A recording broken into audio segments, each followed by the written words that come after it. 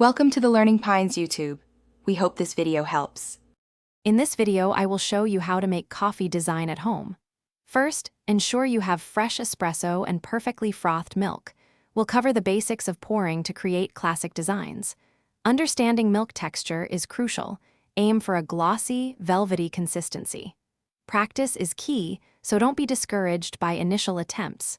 Soon, you'll be crafting delightful patterns in your daily brew.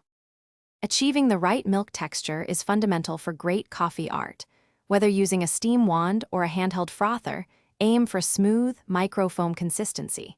Heat your milk to between 140 and 150 degrees Fahrenheit for optimal sweetness and texture. After frothing, gently tap the pitcher on the counter to eliminate large bubbles, then swirl it to integrate the foam evenly.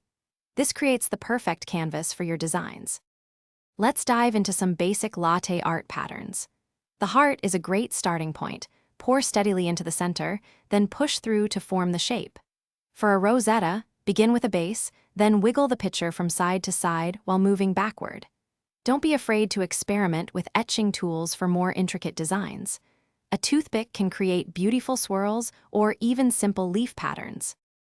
To elevate your coffee design, try experimenting with different coffee roasts. Their crema can impact your art. Don't hesitate to use cocoa powder or cinnamon for stenciled designs or a sprinkle on top for extra flair. Remember, practice makes perfect, so enjoy the process of creating. Also, make sure to check the description for a link to some fantastic leak-proof containers for easy meal prep, along with other great deals.